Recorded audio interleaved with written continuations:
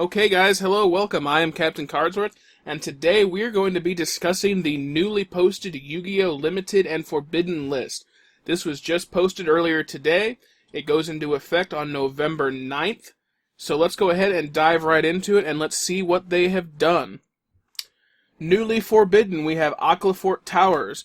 You know what? I'm not too sad about that one. Towers was a bit of a bitch to get around. Now, granted, there were ways around it. You could Diamond Crab King. You could, Santa Claus. Heck, you could even use Injection Fairy Lily.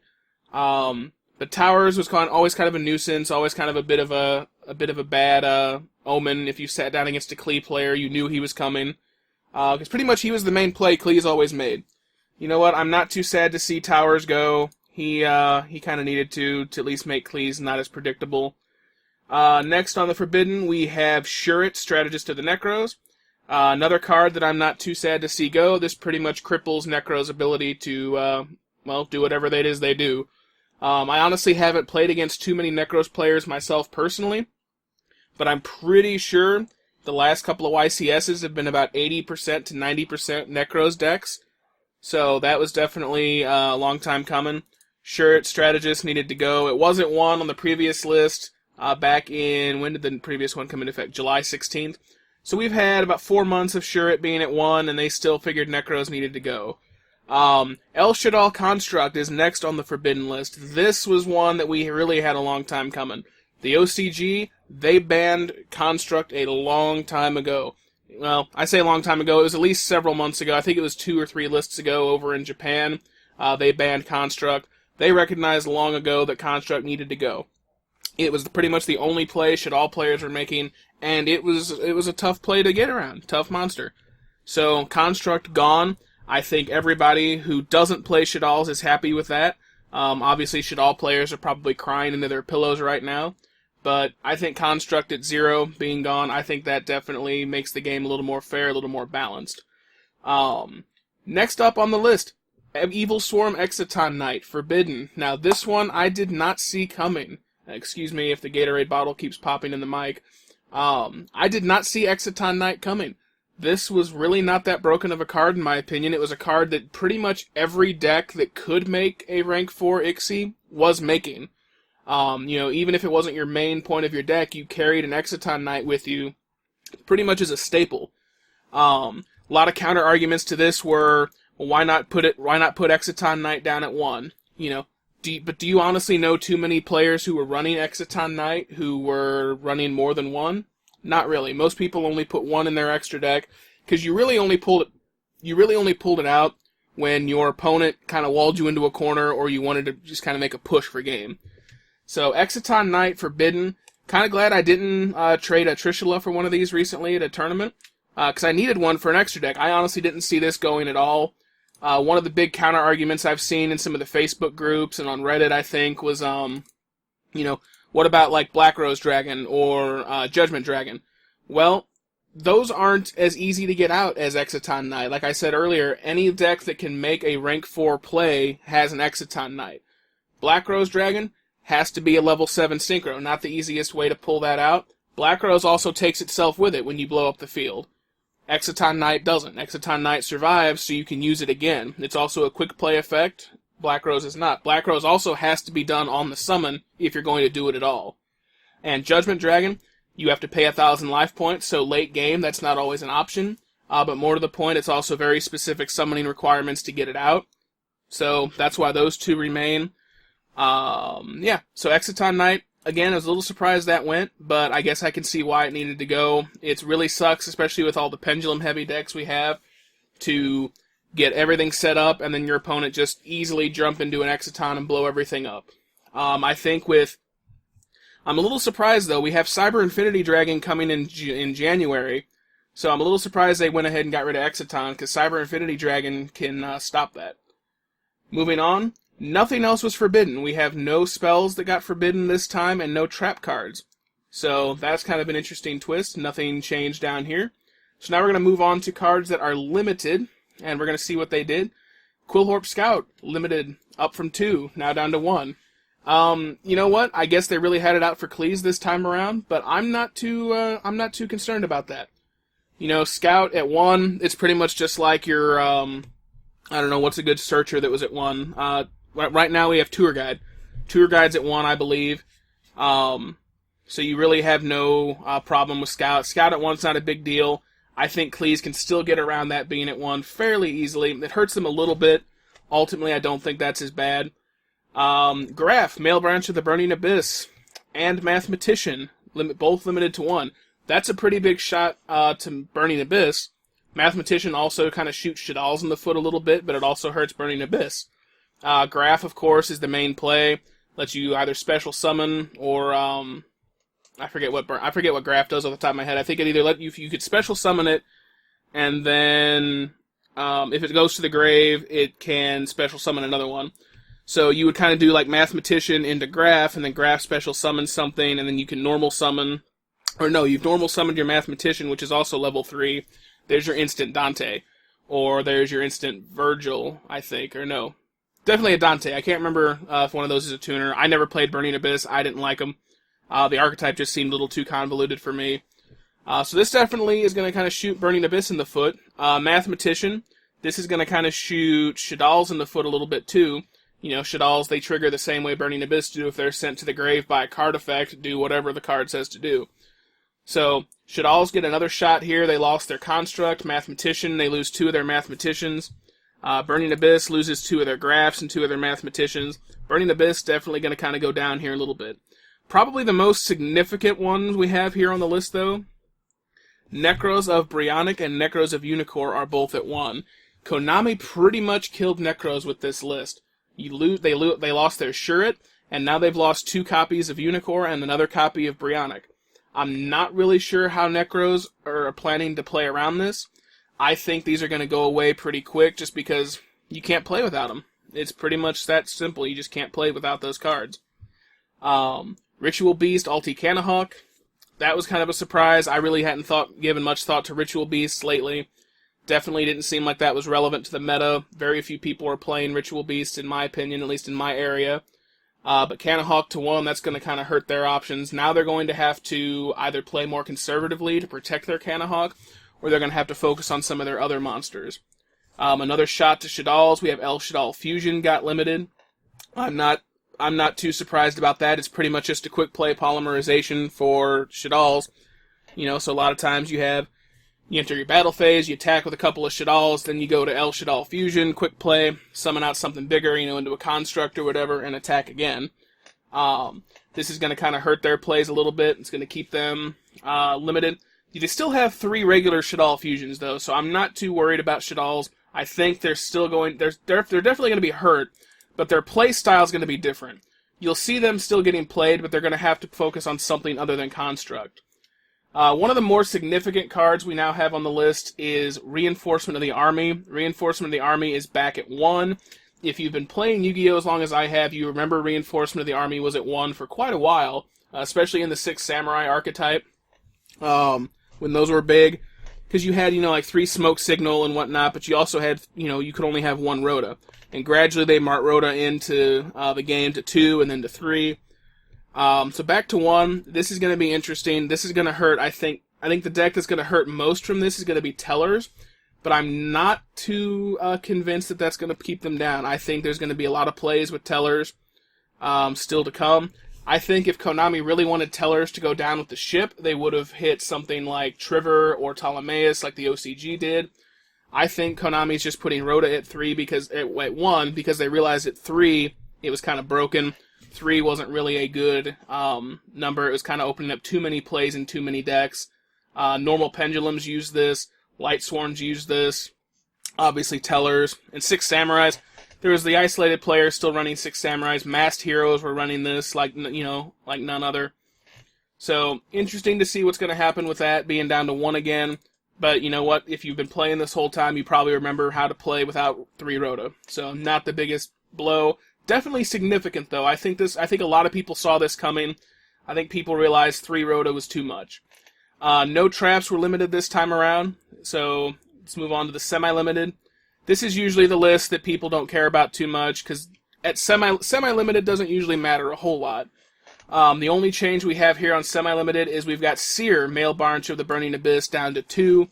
Again, I'm not totally familiar with the Burning Abyss, but I know that's an integral component of it. But again, I'm not sure how much that's going to wreck Burning Abyss just putting it at 2. I think the bigger blow to Burning Abyss was Male Branch and Mathematician. But Seer, definitely, that's part of their deck too. 2, though, I think they could still easily work the 2 in there, and it's not going to affect them too much. We do have a few cards that came off the list. We have 4 cards that came off the list, to be precise, and we're going to go over those now, too. We have Chaos Sorcerer, Legendary 6 Samurai Shien, Spellbook of Fate, and Yugioh. Chaos Sorcerer going to 3, I don't care about that. Nobody really runs Chaos Sorcerer, at least not that I can see. Running 3 Chaos Sorcerer is not going to be a problem. You're not going to run into too many people running 3 Chaos Sorcerers and abusing it. Same thing with Legendary 6 Samurai Shien. It's a powerful card in 6 Samurai decks, but it doesn't see a lot of play. You don't have Gateway, and now we don't have Gateway, and Rhoda is gone down back to 1, so 6 Samurais still don't have a lot of search. They have even less search than they did the previous format. 6 Samurais, they're still viable, especially in more of a toolboxy form, but Shien Turbo definitely, is not the problem that it used to be, especially now without reinforcement of the army to keep searching. The more significant cards that came off the list, though, we have Spellbook of Fate and Yugioh. Spellbook of Fate, welcome back Spellbooks. Spellbook of Fate's pretty much the key component of any Spellbook deck. You always played the 1, now you're going to be playing the 3. That does a lot of stuff. I definitely think we're going to see more plays with Spellbooks now. And Yugioh, I'm not too worried about this. I think with Exciton Knight being taken off the table, Yugioh can come back, because Yugioh, if you're unfamiliar with it, it lets you special summon 2 Girgiano monsters from your deck, and then increase their levels by 1. Well, Girgianos are all level 3. So you increase their levels by 1, so now you have 2 level 4s. It's an instant rank 4 play. But now that you've taken probably the most troublesome rank 4 monster off the table in Exciton Knight, Yugioh is not the biggest problem we have to face anymore. They can go into it. Girgias are probably going to go for Girgigan X anyway, but it also is going to give them access to pretty much any generic rank 4 monster. There are still some troublesome ones like 101 and Castell, but I think we can get around those pretty easily. So that's pretty much the summary of the things that we've got on the list now. As far as my thoughts on the list, I think it's great. I think they finally did something productive for a change. A lot of times Konami is just going to, like last couple of lists, they kind of took a lot of flack for not really doing much to change things. This time I think we got a lot of changes. Definitely got a lot of changes. 13 cards were put on this list. I think 11 of them were new, and like 13 were just completely put on here altogether. Nothing went down in terms of like from banned to limited or from limited to semi-limited. Everything went up. Everything went to fewer copies. The only things that went down were things that came off the list entirely. So kind of interesting there. As far as the meta going forward, I think Kleehorps, I think they still have a play. I think it's just going to be you lose Towers Turbo. You still can draw for days. You still have 3, Monolith. So I think you're still going to be able to draw for days with Monolith. This is probably going to mean now, instead of playing Towers, you're going to see Aquafort Skybase come up. Skybase is kind of like a baby Towers. It has 100 less attack points, but it still has the same spell, trap, and monster effect immunity that Towers did. The only other difference is instead of reducing opponent's monster's attack and making them either discard or destroy a monster, you get to take control of one of your opponent's monsters during your turn with Skybase. So you might start seeing some Klee players playing Skybase, or you might just see Klees fade away entirely. Klees are still viable. I've seen plenty of players with Klees beat without even getting Towers to the field. So definitely not the worst blow to Klees in the history of the game. So I think Klees are still going to see play. Necros are gone. I don't really see Necros coming back. You lost your Shuret, and you've lost pretty much your ability to get these reliably or consistently. So I think Necros is gone. There might still be a way to play with some of the other Necros ritual monsters. I'm not seeing it, though. Unless more monsters come out or more support comes out, I think we can pretty much say Necros are probably going to fade away. Shaddolls, you just lost Construct. You lost Construct and you lost a couple of copies of El Shaddol Fusion, but like I said, you still have 3 regular Shaddol Fusions on top of 1 El Shaddol Fusion, so you can still have 4 Fusion summons in your deck, and I'm sure there's ways to search those and recycle them. Instead of running Construct, now you're going to run other fusions.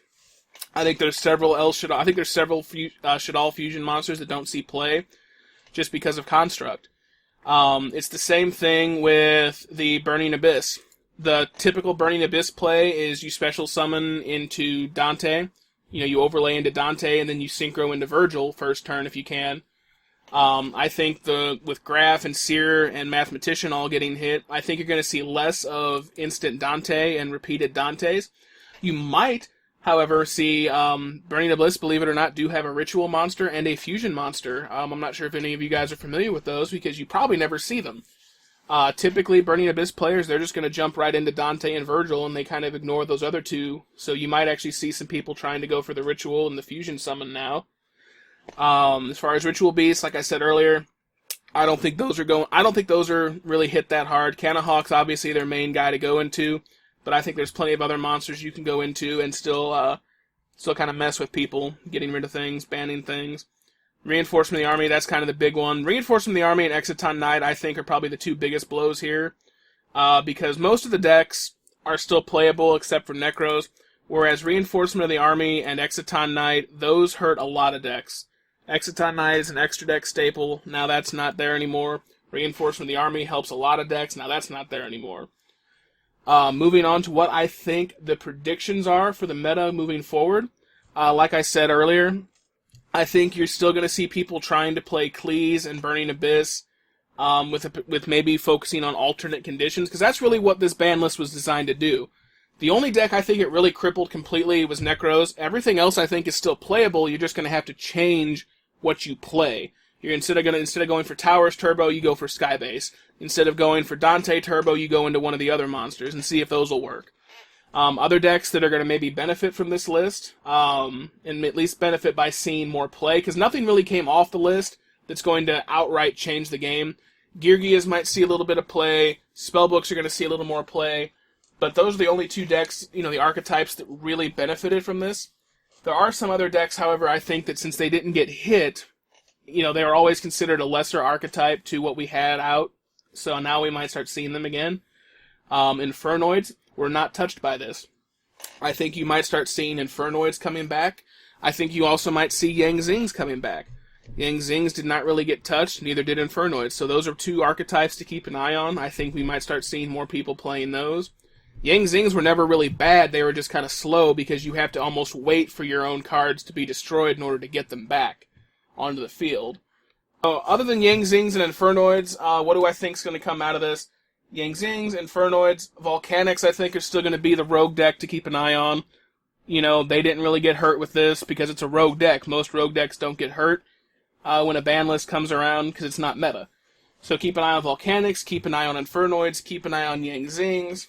Can't remember what the other big are. Cosmos. Cosmos didn't get touched by this. I think Cosmos might be an archetype to keep an eye on as more support comes out for them. Aura Mages, I think, might be getting more support. We have Cyber Dragon Infinity coming in January, so that'll definitely be the archetype people are going to shoot for. The combo people are going to go for. Speedroids. All these other archetypes, it was time, for Konami to kind of push all these older archetypes out now. I say older, they're just older by a year or so now. But you push all those back to the back burner, and you kind of focus on people buying the newer stuff. I mean, that's what the ban list is designed to do, is to keep the game fresh. Otherwise, things get boring. It's like we were calling for Shadals to get hit, Necros to get hit, because that's all people were playing. Now that they're hit, things are going to change. Stuff's going to come up. I think it'll be interesting. I think this was an interesting list for the meta. Effective November 9th. There is no end date. Konami's on the when we feel like it schedule. So, yeah, I think this was an overall good list. Comment in the comments with what you think of it. If you're a fan of Yu-Gi-Oh, obviously. I mean, if you came this far and watched my video, you probably are a fan. This is my first breakdown of a list, so I apologize if this is a bad format for how to do it, or if you didn't like my comments or my thoughts on it. Leave those in the comments too, and I'll try and get back with everybody. Maybe if you want a more explanation of why I feel something, why I feel like, a certain opinion, leave that in the comments and I'll get back with you. In any case, thanks for tuning in, and have fun.